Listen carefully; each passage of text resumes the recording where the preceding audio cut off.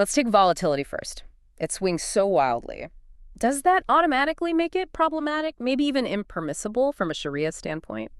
Well, Dr. Mashal's perspective, as presented in the paper, is that this current volatility, it's seen as pretty natural for a new, expanding market. Okay, growing pains, sort of. Exactly. Mhm. And interestingly, Bitcoin scarcity, the fact there's a limited supply, actually makes it attractive to some as a store of value, despite the swings. Hmm. But the crucial argument the paper makes is this.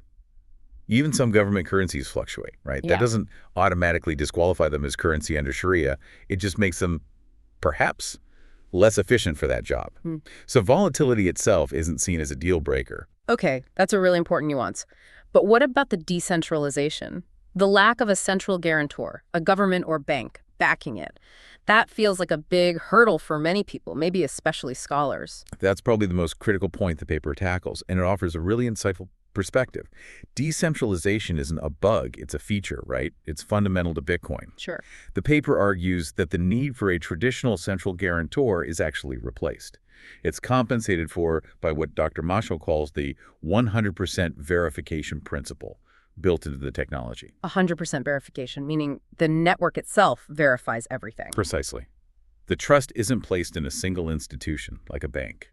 It's distributed across the network through complex cryptography and consensus mechanisms. The technology itself provides the verification and security. Wow. Okay. And this insight is huge because it directly addresses the argument that says it's impermissible because there's no guarantor. This view suggests that argument might miss the point about how the technology functions. And this applies not just to Bitcoin, but other decentralized cryptos too. So the trust model is just different. It's embedded in the system. Exactly. What about anonymity then, that Ghafliya concept? Is it a problem if you don't always know exactly who you're transacting with? The paper takes a practical view here. It suggests that this perceived anonymity is often more like using a pseudonym or an address rather than true, untraceable hiddenness. Like using a screen name online. Sort of, yeah. From a practical standpoint, it's seen as just a renaming of the parties. It doesn't necessarily prevent identification if needed through things like blockchain analysis. So as long as the actual transaction meets all the Sharia conditions for a valid exchange, this Ghafli aspect itself doesn't invalidate it. Okay. And the mining.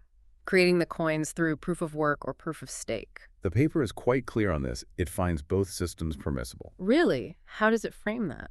It views them as being analogous to something called a juala contract in Islamic law. Voila. Yeah, it's basically a contract where you offer a reward or payment for someone completing a specific task.